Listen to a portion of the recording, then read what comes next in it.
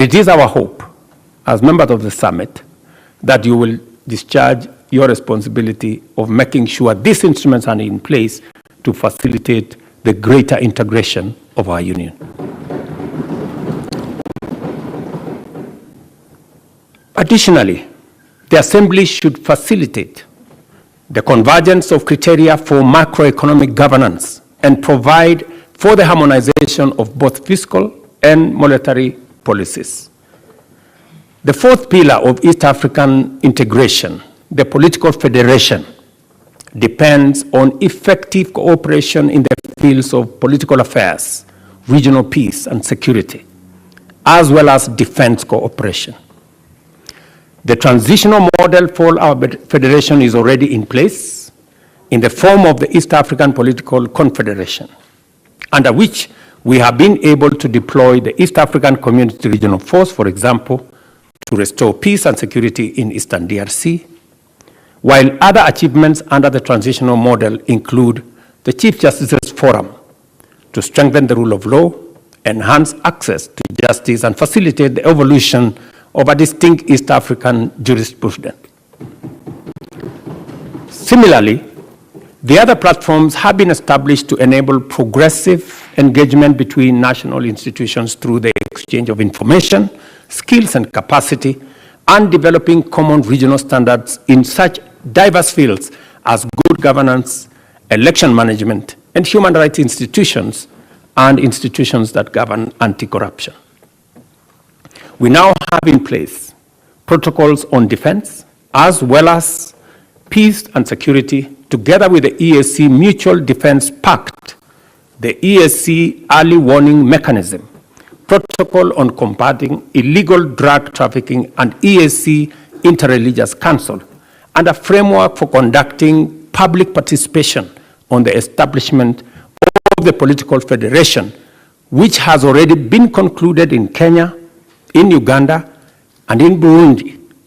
And we already made a decision last year in Arusha that that process must be concluded in the other remaining states by June this year, so that we can have a way forward. And I want to tell you, when this exercise was conducted in Kenya, it received overwhelming endorsement by the people of Kenya. It received similar endorsement in Burundi and in Uganda. I want to urge members of parliament who are here from our sister states of Tanzania, Rwanda, DRC, and South Sudan to assist the EAC Secretariat and the team that is mandated to carry out this exercise, that this exercise be concluded as we have asked from the Summit of the Heads of State by June, so that we can begin to make steps in the right direction. And if there is an institution that will assist us in actualizing the aspirations of East Africans, it is this parliament. There is no doubt that as a result of the progress made in entrenching our regional integration as a social, cultural, political, and economic reality, East Africa is emerging as the beacon of unity, stability, security, and progress, and the beating heart of Pan-African integration and the engine of the Africa Continental Free Trade Area, as well as the epicenter of Africa's move to position itself as the next frontier of global investment and industrial transformation. That is why, honorable members, we have grown tremendously from 3 founding partner states to 8 countries, connecting the Indian Ocean to the Atlantic, serving 350 million citizens and forging a major market.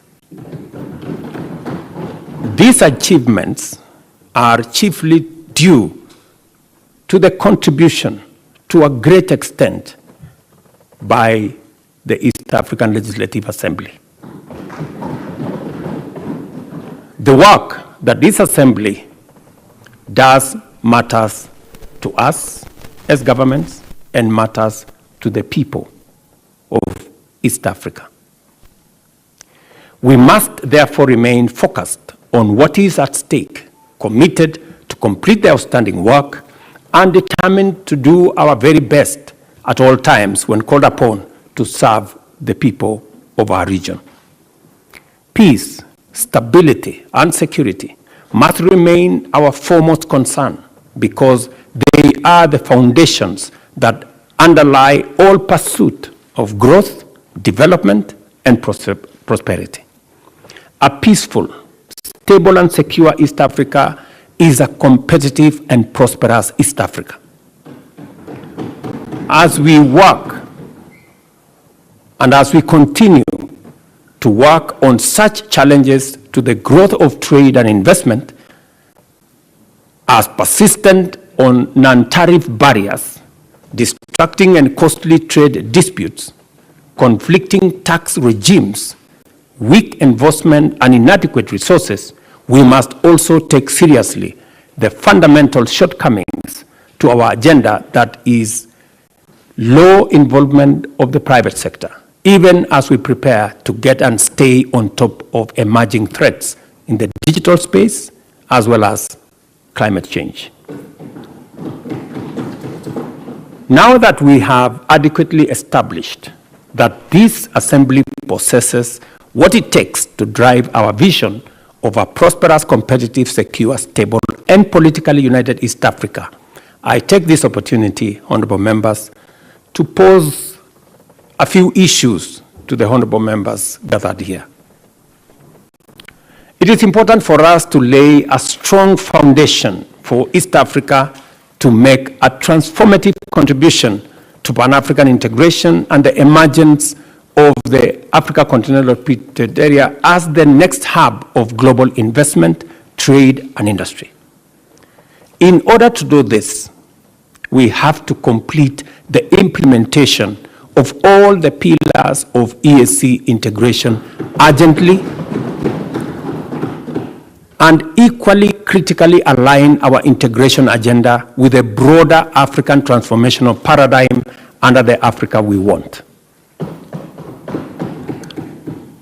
Secondly, we must provide a strong framework for achieving rapid leapfrogging and the development of sustainable competitive advantage in emerging high-tech fields, such as the digital economy in general, and artificial intelligence, automation, robotics, and machine learning in order to stay ahead of both threats and opportunities that will continue to unfold in a rapidly digitizing global economy.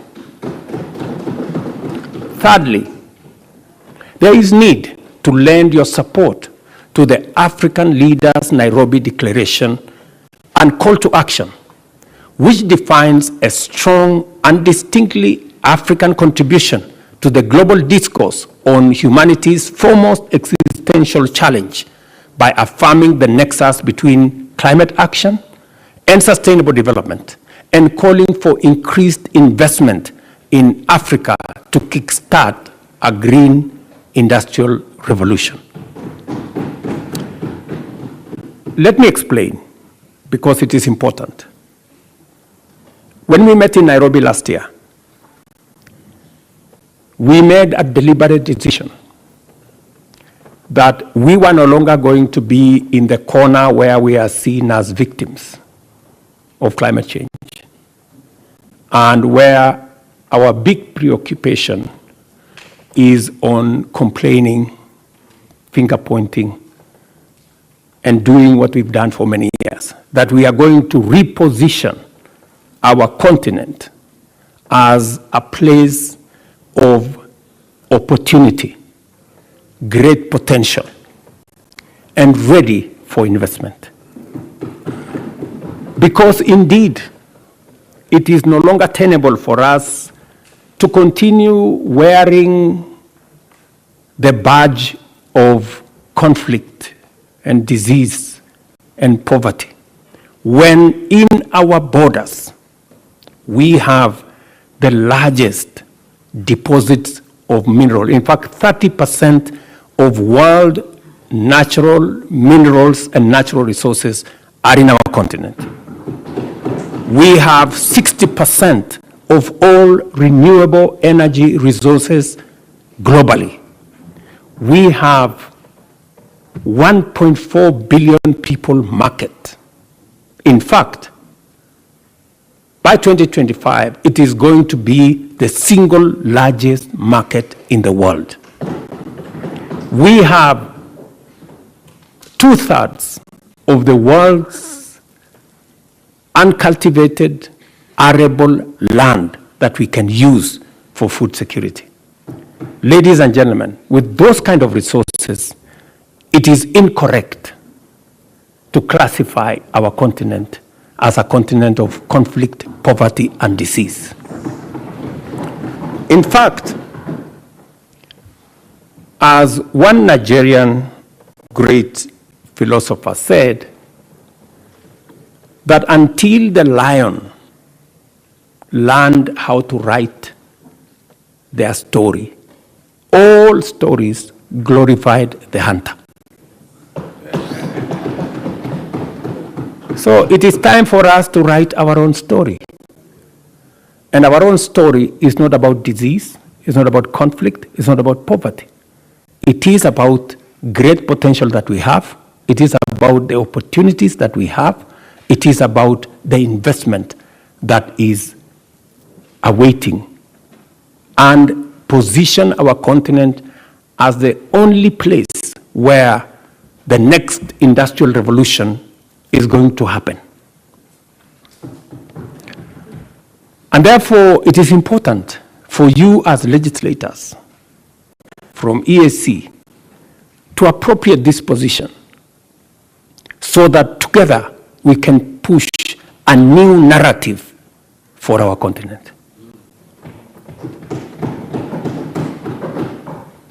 To ameliorate the resource constraints which persistently hamper our progress, this assembly is called upon to reflect deeply on the range of opportunities and the various ways in which it can complement national and regional efforts to mobilize and allocate more resources for the regional integration agenda.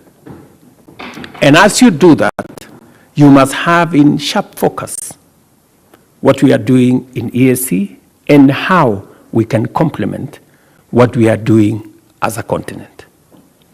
In particular, I challenge you to apply your deliberative bandwidth to the forthcoming World Bank Group's International Development Association, IDA Summit. And let me explain what we are going to do in this summit.